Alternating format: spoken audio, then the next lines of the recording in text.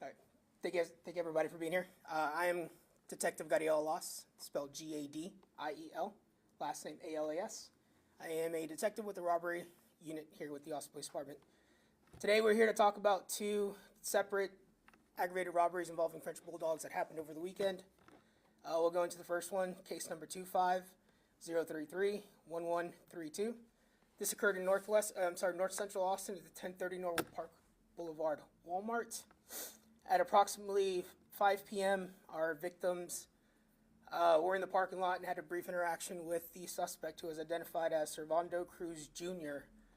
After the interaction was coming to an end, Servando took a bulldog puppy from the victims, produced a handgun, and fled the scene at a high rate of speed.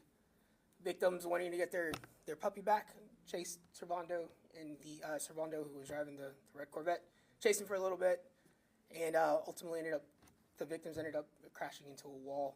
They called APD. Patrol officers in the area located the Corvette a short distance away. Engaged that in a pursuit, but obviously it's a Corvette. It was pretty fast. Patrol officers called the robbery unit, and I fielded the call as the on-call detective. There were leads made that night. Servando was identified as a suspect, and I obtained 3 warrants for him that night: 2 for aggravated robbery, 1 for evading in a motor vehicle. On February 6th, yesterday, we, with the help of the Austin Police Department SWAT team, the Violent Crimes Task Force, and robbery detectives, we conducted 2 residential search warrants, one in Dale, Texas, in the early mornings, where we were able to recover the stolen puppy, a handgun, a stolen rifle, and the stolen Corvette was on property. Unfortunately, Servando was not on property and has not been arrested at this point. We are asking for the public's help in finding Servando. Later on that night, case number 25033-1337, at around 7 p.m. in the 1100 block of Shady Lane, which is Central Austin. Our victim was walking his 2 dogs in the apartment complex when the suspect, identified as Roderick Harvey, pulled alongside of him, had a brief conversation about his dog, at which point Roderick produced a firearm, demanded the French Bulldog.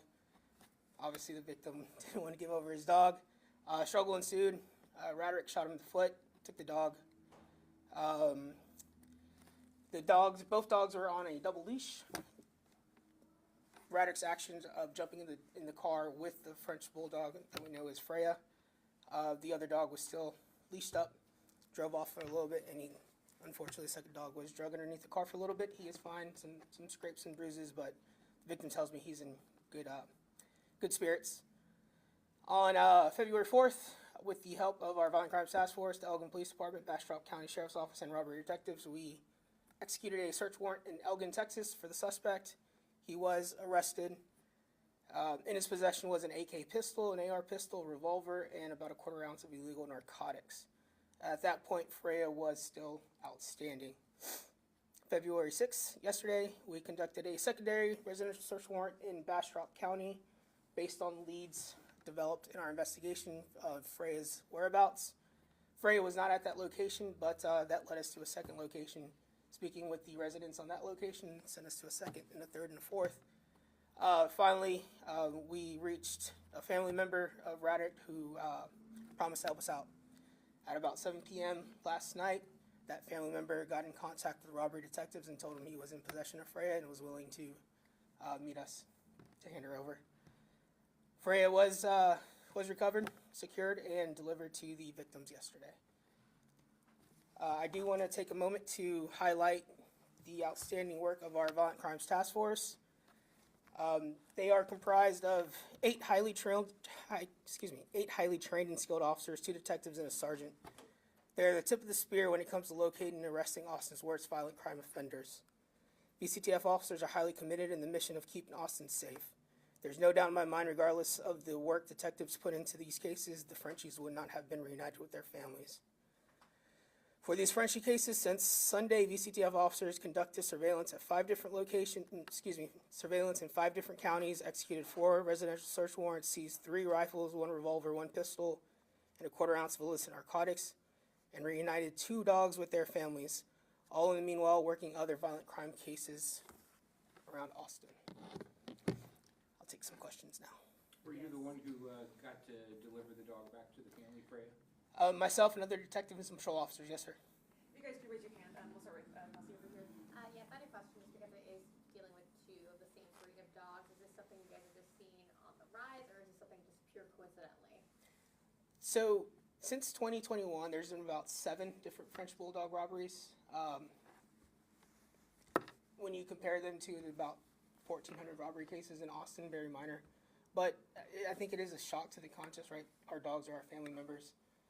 So it does weigh heavily on people. What is it about this breed of dog that is so attractive? Their monetary value. Other than being really cute, they do have a high monetary value. If you get a Frenchie from a reputable breeder with papers, they cost about $8,000. If you're doing a Facebook Marketplace deal, anywhere from $2,800 to $3,000. I have one question. Hi, nice to meet you. Hi. I am independent journalist for bilingual population, but right now I have the question in general. What is the rate for robbery in Austin if we compare this year with the last year? Are you talking about how many robberies Yes, there's been? is decrease, is Well, we're only, a month and 2 weeks into the new year. I know last year we had close to 1,500 robberies. As a robbery unit, we have over 50% clearance rate on robberies, solving them, which is almost more than double the state average. As far as this year, I don't have any numbers for that. Ahora, but my next question is how the community can help and work together with the police, residential, commercial, or whatever, for get down these situations, robbery in Austin in general.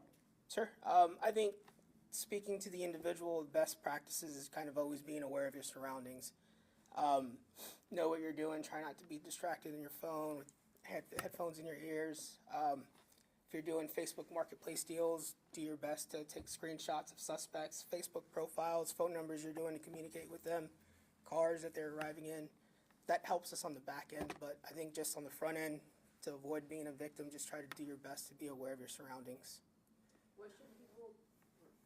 Here, we'll go over here with you, Angela. Yeah. How often are Frenchies or dogs of any kind stolen in these particular areas? Is this part of a trend or more one-off instances? No, not a trend. Specifically speaking to last Sunday, these were completely random acts, but done by completely random people. Again, since 2021, there's been about 7 French Bulldog or dog-type robberies. I don't know what the numbers are for regular thefts. If it's a robbery, it's a theft with some type of either firearm or force used or threat force used, which makes it a felony. I don't know what the numbers are for the misdemeanor theft part is. Were any shots fired during these incidents? Yes, in the second robbery of the night on Shady Lane, unfortunately, the victim did sustain a gunshot to his foot. What should people do if they're threatened at gunpoint for their pet? I would say always comply with whatever it is that they're doing, and let us try to help you on the back end. Can you help people understand that? Because, a lot of people, their pet is not their pet. It is their kid. It is their loved one. Yes. It's like, here, take my baby. Right. No one's going to do that. So. No, I completely understand. I have 2 little pit bull mixes myself, and I would do anything to keep them from being hurt. But at the same time, you're not only putting yourself at risk, but you're putting other. You never know what could happen to any other people. It's hard for me to say it personally, but give into the commands and let us do what we do. We'll go to Kelsey and then over here. Is there anything that people should look out for? Because you did say that Servando has still not been arrested. Yes, so Servando has ties to Bastrop County, Del Valle, and in Austin, his whereabouts are still unknown. We don't know. We have some leads that we're following, but we just haven't been able to track them down just yet. Did chips come into play in in either of these 2 cases? No, but that's a good point. If you microchip your dog, obviously that chip is going to be registered to the owner. That helps in the back end. A lot of dog breeds kind of look the same, so if there's ever a discussion of whether, no, that's my dog or my dog, the chip is ultimately going to tell us actually who's the owner. After you picked up the puppies, what was the state of the puppies? Were they frazzled? They're okay? So the first puppy that we affectionately named Timmy, he was super excited. He never met a stranger. a 6th to 7th week puppy. He was in good spirits. Freya seemed to be very elated to be leaving the place that she was at. So, that guy, for that case, he go inside the resident. So, no, No, these all happened outside. outside the resident. Yes.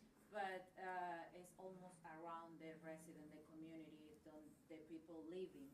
So what is the prevent if some person saw that situation, how I can handle that situation because the guy has 2 guns? Sure. So in the instance for the second robbery on Shady Lane, there were multiple people outside.